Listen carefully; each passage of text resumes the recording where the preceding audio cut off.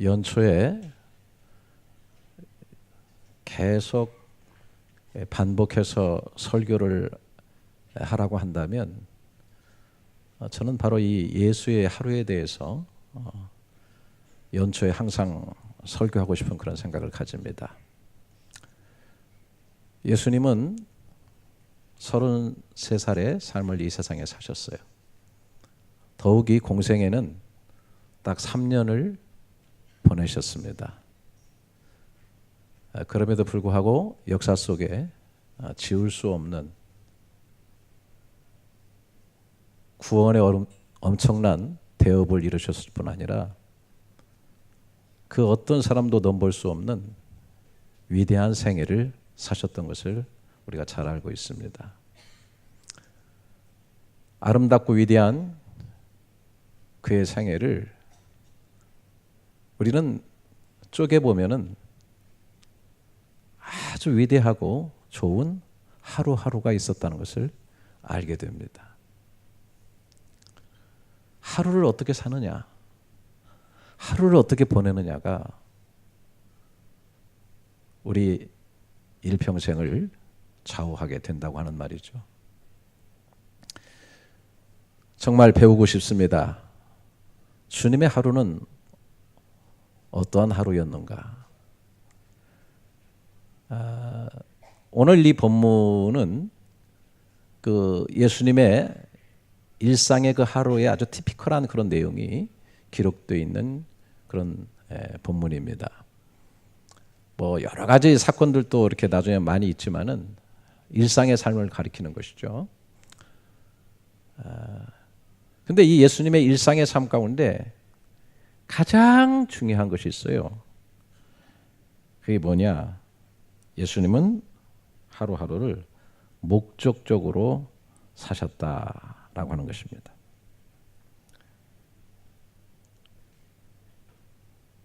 오늘 본문 1장 36절부터 보게 되면은 시몬과 및 그와 함께 있는 자들이 예수의 뒤를 따라가 만나서 이르되 모든 사람이 주를 찾나이다. 이르시되 우리가 다른 가까운 마을들로 가자. 거기서도 전도하리니 내가 이를 위하여 왔노라 하시고 이에 온 갈릴리에 다니시며 그들의 여러 회당에서 전도하시고 또 귀신들을 내쫓으시더라. 이렇게 되어 있습니다. 이 앞에 37에 보면 모든 사람이 주를 찾나이다. 많은 사람들이 지금 예수를 찾아오고 있는 거예요. 아주 인기가 절정입니다. 잘 가르치셨고 또 각색 질병 들린 사람들을 고치셨고 또 귀신을 내어 쫓으셨고 엄청난 기적들을 많이 행하셨습니다. 많은 사람들이 예수님을 찾고 있는 그런 상황입니다. 그런데 주님께서 38절에 이르시되 우리가 다른 가까운 마을들로 가자. 거기서도 전도하리니 내가 이를 위하여 왔노라. 이렇게 얘기를 하고 있습니다. 한번 좀 따라서 해보시면 너무 감사하겠습니다. 내가 이를 위하여 왔노라. 정말 중요한 거예요. 왜 내가 이 세상 속에 왔는가? 내가 왜 이 일을 하는가? 내가 왜 하루의 삶을 살아가는가? 정확한 목적을 서술하고 있다라고 하는 것입니다. 사실 생각해 보면 지금 인기 절정에 있고 많은 사람들에게 대접을 받을 수 있고 자신이 해놓은 그런 사역을 통해서 안주할 수 있는 그런 상황입니다. 어쩌면 우리가 사는 삶이 그런 거 아닐까요? 네? 나의 어떤 위치를 확립하고 또 사람들로부터 존경받고 인정받고 또 내가 열심히 일한 대가를 내가 그곳에서 누리면서 그것을 향유하고 하는 것이 우리들의 일상적인 생각입니다. 그런데 오늘 주님께서는 바로 그런 모든 세상 사람들이 생각할 수 있는 그런 목적을 다 이루셨어요. 이제는 진짜 대접받고 이제 진짜 인기를 누리고 이제 진짜 자기 자신을 나타내며 실현할 수 있는 그런 상황 가운데 이르게 됐습니다. 그런데 주님께서 말씀하시는 거예요. 내가 다른 동네로 가야 되겠다. 새로운 곳을 개척해 나가야 되겠다. 왜냐하면 내가 전도하기 위해서 왔기 때문이다. 라고 하는 것입니다. 다른 마을로 간다고 하는 것은 부담도 되고 힘든 일입니다. 어떤 일을 만날지 알지 모릅니다.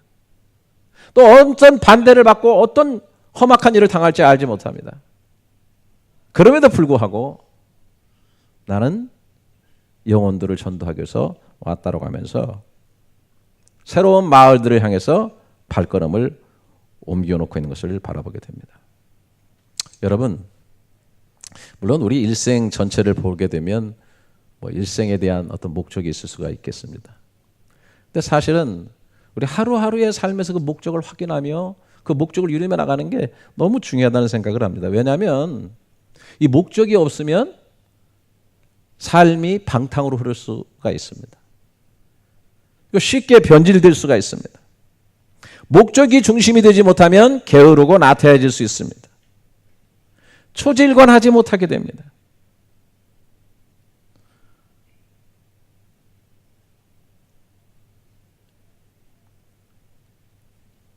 예수님께서 질병도 고치셨고 예수님께서 귀신도 내어 쫓으셨고 또 회당에서 가르치기도 하셨지만은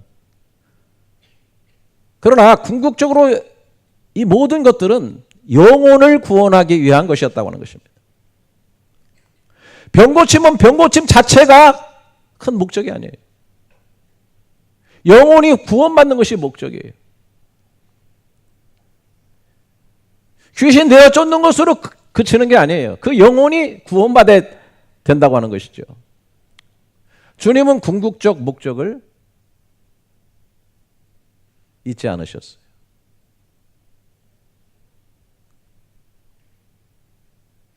그 목적을 향해서 큰 맥을 잡고 분주히 움직이고 그것을 향해서 나가고 있는 것을 보게 됩니다. 여러분 하루의 삶 가운데 좀 그런 것들을 좀 많이 생각해 보면 좋을 것 같아요. 나는 왜 이 일을 하고 있는가? 나는 오늘 하루 어떤 목적을 향해 흘러가고 있는가?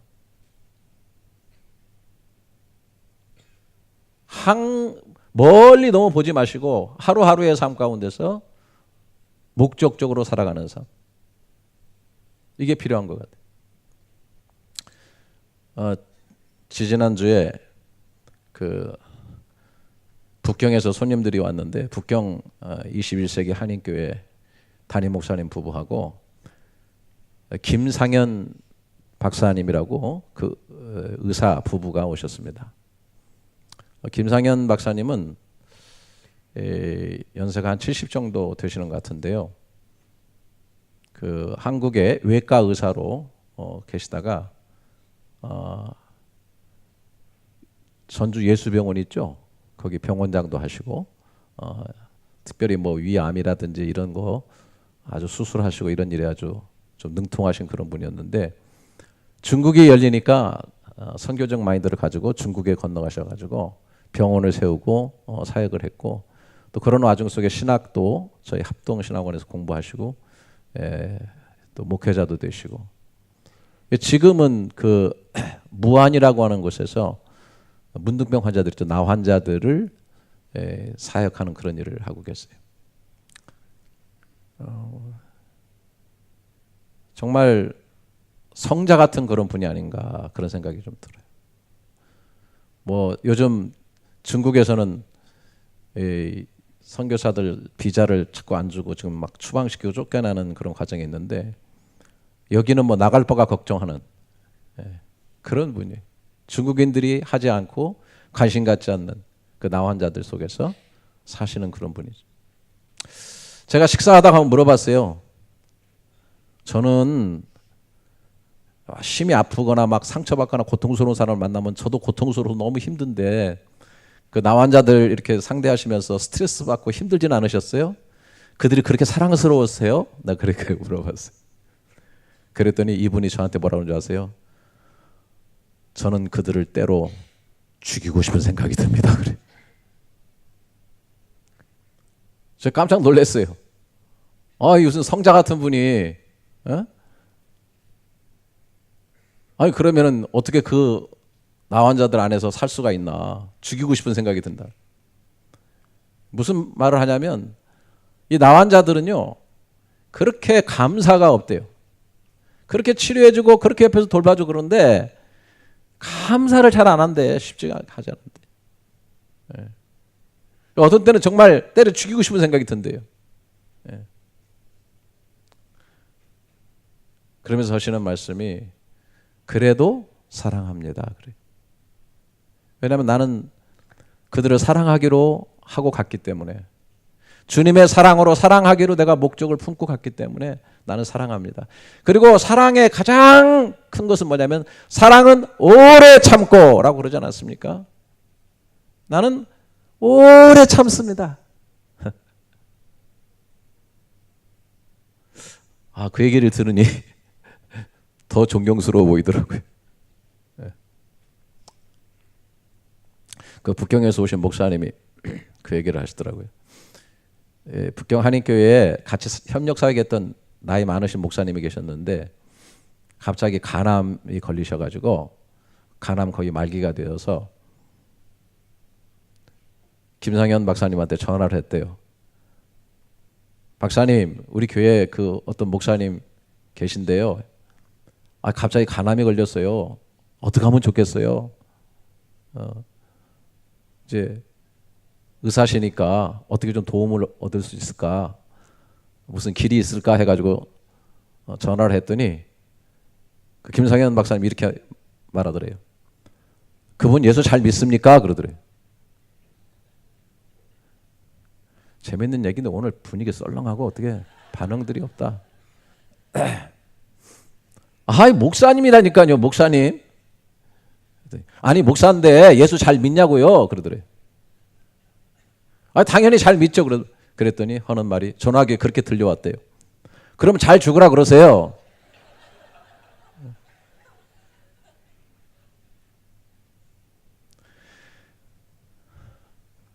그 북경 그 교회 목사님이 제 친구니까 저한테 얘기하는데 그렇게 그 말이 서운하더래요. 자기가 들어도.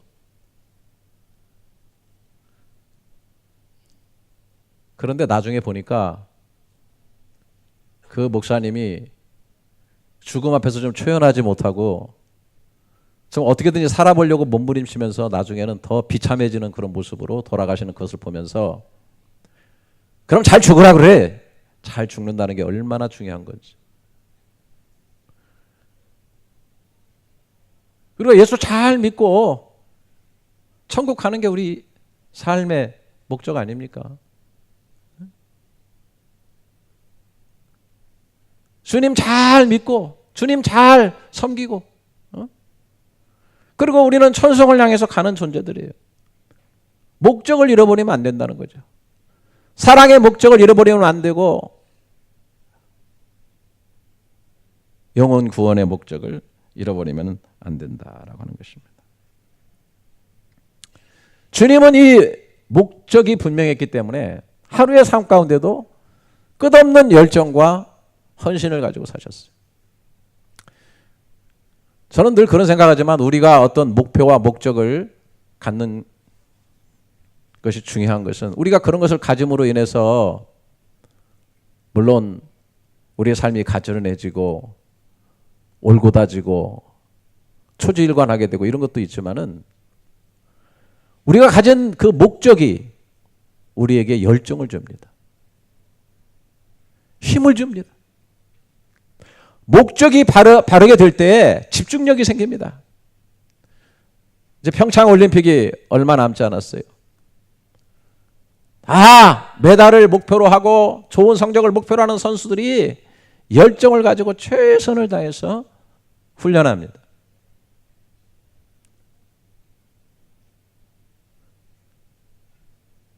예수님은 영혼에 대한 목적이 분명했기 때문에 내가 이를 위하여 왔노라. 그렇기 때문에 그의 삶을 보면 하루의 일과를 보게 되면 얼마나 열정적이고 최선을 다하는지. 여기 오늘 본문 처음에 29절 1장 29절에 보면 회당에서 나와. 회당에서 뭐 하셨어요? 열심히 티칭 미니스트를 하셨어요. 사람들을 가르치셨어요. 그리고 나와서 시몬의 장모가 열병에 누워 있는지라 손을 잡아 일으키시니 열병이 떠나고 수종들게 되었다. 또 32절 보게 되면 저물어 해질 때에 모든 병자와 귀신 들린 자들을 예수께 데려오니 온 동네가 그 문 앞에 모였더라. 예수께서 각종 병이 든 많은 사람을 고치시며 많은 귀신을 내어 쫓으시되 이렇게 되어 있습니다. 힐링 미니스트리를 하신 거죠. 육신의 질병도 고치시고 또 영혼의 귀신이 들린 자들을 다 제거하셔서 내면 세계도 치료하시고,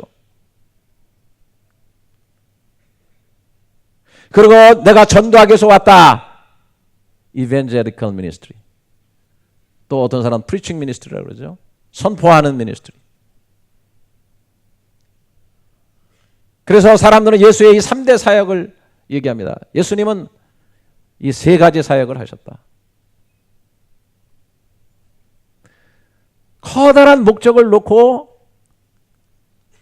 필요한 것들을 끊임없이 열정을 가지고 헌신하면서 이 3가지 사역을 끊임없이 하고 있는 그런 예수님의 모습을 발견하게 됩니다. 여러분 잘 아시는 것처럼 성공하는 사람들의 삶에는 다 열정이 있지 않습니까? 성공하는 사람들의 삶에는 우선순위가 있고 헌신과 최선이 있습니다. 바로 이 목적과 열정과 헌신은 긴밀한 관계가 있습니다.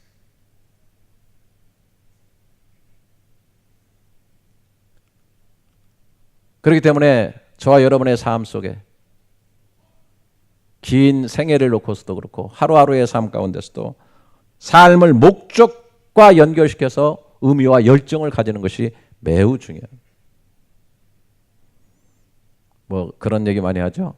청소를 하더라도 내가 지구의 한 귀퉁이를 쓸고 있다 생각한다. 특별히 우리 예수 믿는 사람들은 자녀를 키우면서도 이 자녀를 통해서 하나님의 나라를 이루어 나가고 다른 사람들에게 좋은 영향력을 미쳐서 내 자녀를 통해서 선교적인 일들이 이루어지는 것을 바라보면서 자녀를 잘 양육하는 거예요. 그런 목적이 있어야 돼. 내가 작은 사업을 하나 한다 할지라도 이 사업을 통해서 선교적으로 쓰임받고 하나님의 나라를 세워나가며 영혼을 구원하겠다는 목적을 분명히 하면 열정이 살아나게 되는 거예요.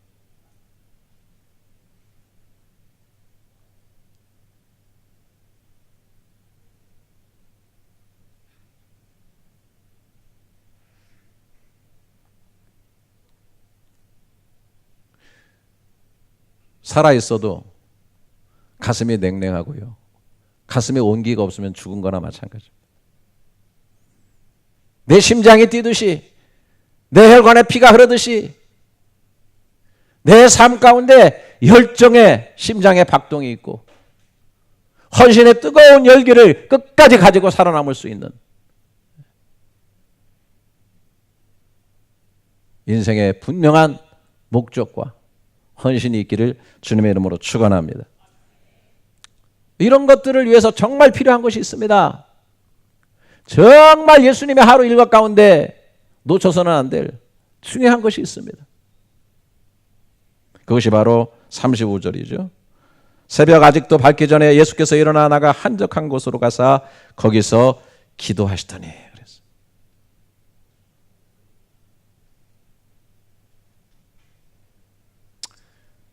하나님의 아들이신 예수님이 무슨 기도가 그렇게 필요하겠어요?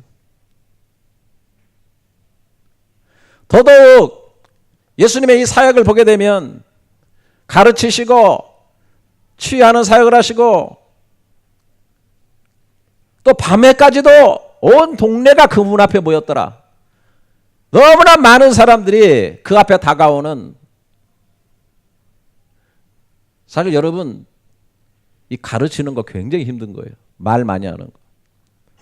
그 다음에 이 질병을 치료하는 거 이거 보통이. 그 다음에 영적인 이 전쟁, 귀신을 내어 쫓는 이런 사역들은요 굉장히 지치게 하는 그런 사역입니다.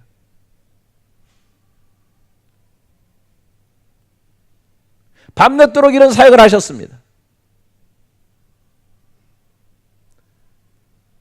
그런데 주님께서 새벽 아직도 밝기 전에 한적한 곳에 가서 거기서 기도하셨다라고 해요.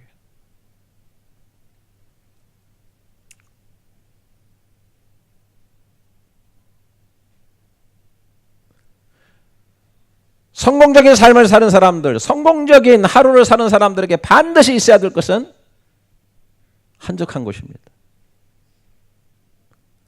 한적한 곳, 한적한 시간을 따로 낼 수 있어야 됩니다.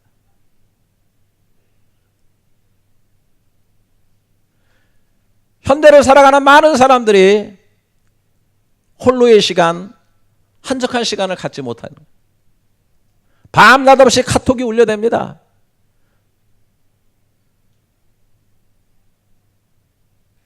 (3분) 간격으로 스마트폰을 끄집어내서 바라보게 됩니다. 요즘은 아예 스마트폰을 다 치워버리고 한 3일 어디 가서 이렇게 완전히 단절된 그런 시간을 갖는 그런 세미나 같은 거라든지 그런 게 굉장히 많이 있다 그래요. 한번 하고 나면 사람이 확 변한대요. 우리도 모르게 너무나 많은 것들에 의해서 조종받고 너무나 많은 얘기들을 듣고 이것이 우리의 에너지를 자꾸 다 뺏어가 버려요.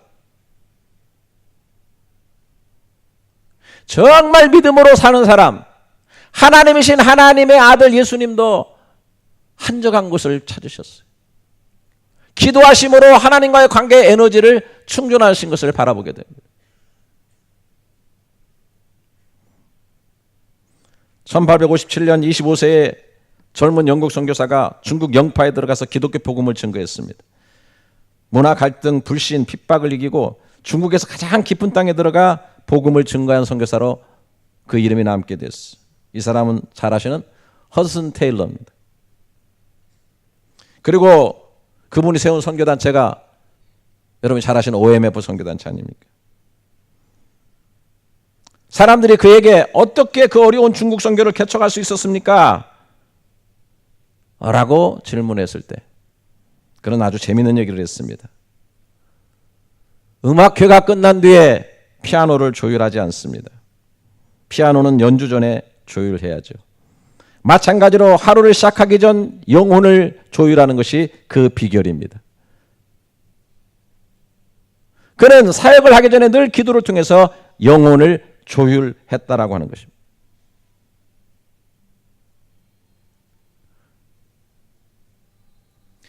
한적한 시간 속에 하나님과 깊이 홀로의 기도 시간을 갖는 이것은 무엇보다도 우리의 아버지신 그 하나님의 좋으심, 선하심 이런 것들을 마음껏 맛볼 수 있는 귀한 시간입니다.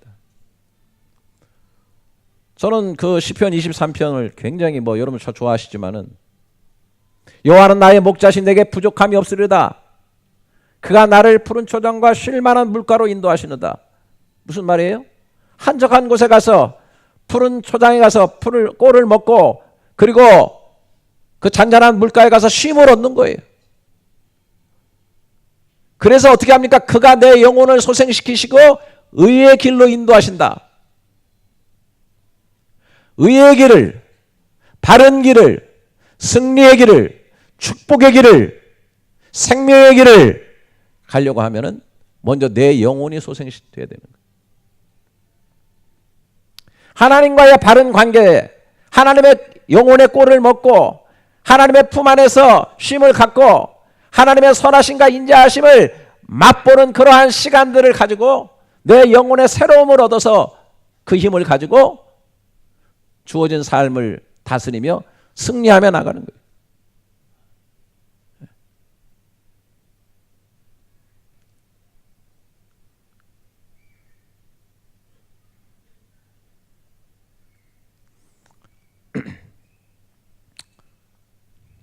제가 지난 연말 연시 이게 이제 제가 올해가 한갑 아닙니까? 할렐루야. 제가 굉장히 건강하다고 생각을 했는데 올해 그냥 환갑 들어오면서부터 계속 지금 대상포진에 걸려서 한 3주 힘들었는데 이제 좀 몸 추스릴만 해서 이제 좀 돌아다니고 또 지난주에는 또 한국에 손님들이 많이 왔어요. 요즘 손님들은 왜 검은 복면을 쓰고 나타나요? 한국에 독감이 다 유행해가지고 이 검은 마스크를 쓰고 다 왔어요. 제가 뭐 대상포진도 이제 이겼는데 뭐 까짓 거 뭐 하고 열심히 이제 손님 접대를 했더니 독감이 왔어요. 그래. 얼마나 세게 오는지. 하여튼 하나님이 연말 연시에 엄청 하나님하고 대면하게 하시는데 어제는 또 일찍 이제 주일이기 때문에 약을 먹고 잤더니 한 8시쯤 잠자리에 들었는데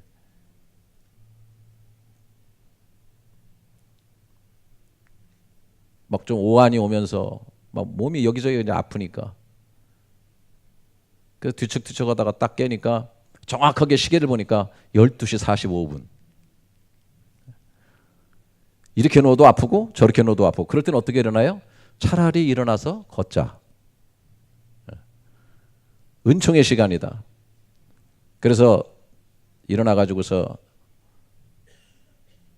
창고에 가서 이불 하나 꺼내 가지고 이불을 이렇게 뒤집어 썼어요. 딱 뒤집어 쓰고 거실로 딱 내려가 가지고 따뜻한 물 한 잔 딱 마시고 잊어버렸던 부흥회를 한 거죠. 거실을 거니면서 구주의 십자가 보혈로 죄 씻음 받기를 원하네. 할렐루야 할렐루야. 편찮는 주님의 사랑과 거룩한 보혈의 공로를 샘물과 같은 보혈은 임마늘 피로다. 여러분 어차피 누워 있어봐야 몸도 아프고 그냥 거적대기 뒤집어 쓰고 그 거실을 막 돌면서 막 찬양을 부르면 보혈 찬송만 주로 부르는 했더니 막 속에서 땀이 막 줄줄줄줄줄 흘러면서 뚝뚝뚝뚝 떨어지더라. 그럼 어떻게 쓰러졌는지 몰라요. 하여튼 소파에 엎어졌는데 단잠을 잤어요. 단잠. 어떤 때는 내가 깊은 고난을 받는 게 내게 유익이다. 그 유익이 왜 그렇죠? 하나님을 더 가까이 묵상하고 한적하게 하나님과 더 깊이 교제할 수 있는 시간이에요. 바빠서 자기 삶도 생기지 못하고 자기 정체성도 갖지 못하고 내가 어디로 흘러가는지 모르는 사람은 차라리 질병에 걸려서 병원의 침대에 누워있을 때가 은총의 시간이에요. 하나님과의 깊은 관계를 맺어갈 수 있는 시간이에요. 그런 것이 있는 사람이 사는 거예요. 완전히 그런 것도 없이 질주하다가 완전 망가져 버리면 회복도 못하는 겁니다.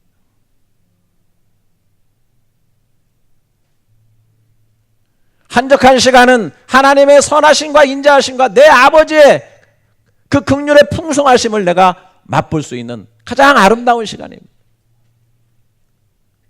뿐만 아니라 그것을 통해서 하나님의 시선으로 하루를 조율합니다. 피아노를 조율하듯 하루를 살기 전에 하루를 조율하는 겁니다. 어떻게 살아야 될 것인지 시간을 지배하는 겁니다.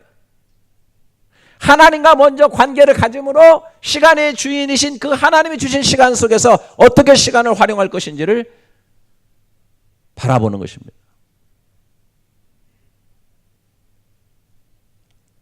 이렇게 될 때 왕복의 수고를 하지 않게 됩니다. 하나님과의 관계없이 내 멋대로 살다 보면은 그냥 달리기만 하다 보면은 여기 아닌 게벼. 그리고 다시 돌아와야 되고 멀리 잘못 나간 길이만큼 다시 돌아와서 새롭게 시작해야 되는 우를 범할 때가 많이 있다는 것이죠.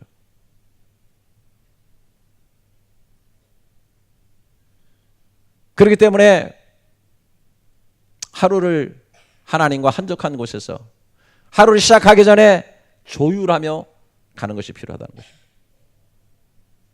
뿐만 아니라 정말 더 중요한 것은 그렇게 하나님과 한적한 곳에서 하루를 맡기고 하나님과의 관계에서 시작하는 삶을 살 때 하나님의 도우심을 입게 된다는 것입니다.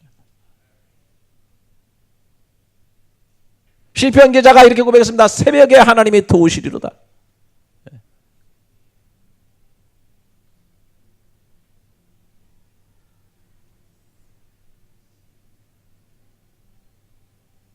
필요를 따라 채워주시는 하나님을 경험하게 되고 시험에 들거나 악에 빠지지 않도록 돌봐주시는 하나님을 경험하게 되고 사망의 음침하면 골짜기를 갈 때에 막개겨 지팡이로 나를 지켜주심을 경험하게 되고 인간관계에서 원수의 목전에서도 내게 아름다운 상을 베풀어 주심을 하나님의 은혜를 경험하게 된다는 것입니다.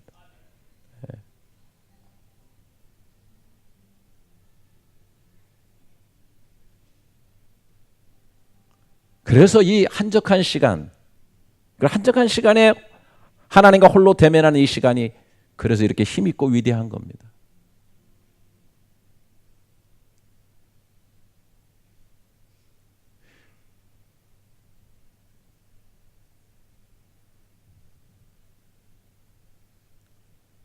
우리 이런 찬양이 있죠. 같이 한번 불러볼까요?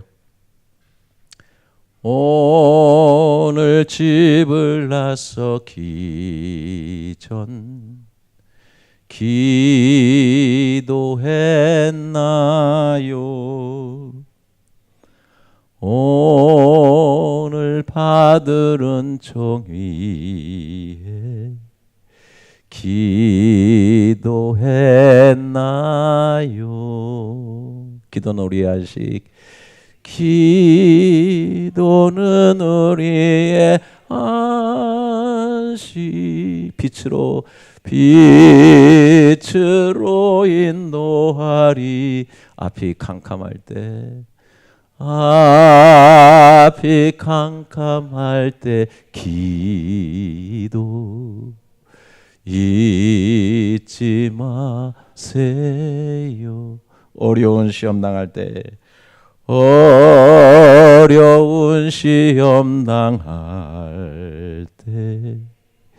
기도했나요? 주가 함께 당하시면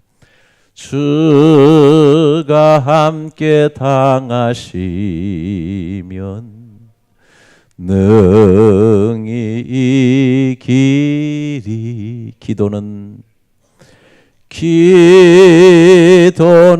우리의 안식, 빛으로 인도하리. 앞이 캄캄할 때 기도 잊지 마세요. 어려운 일이 있고 정말 힘든 일이 있습니까? 다 막혀버렸습니까? 한적한 곳을 찾으십시오. 거기가 해방구입니다. 거기가 하늘이 열려진 곳입니다. 기도는 우리의 안식이고 하루의 모든 일들을 시작할 때 하늘을 먼저 열고 기도로 시작하고 기도로 하나님의 도우심을 입어가는 그런 삶이 될 수 있기를 바랍니다. 좋은 하루, 위대한 하루가 좋은 일생, 위대한 일생을 꼭 만드는 겁니다. 하루를 무시하지 마세요. 하루 속에 여러분 이 세 가지 요소가 다 목적적으로 사는 삶, 열정과 헌신, 그리고 한적한 곳과 기도가 여러분의 꼭 하루의 삶 가운데 들어가 있는 그런 위대한 삶이 될 수 있기를 주님의 이름으로 축원합니다.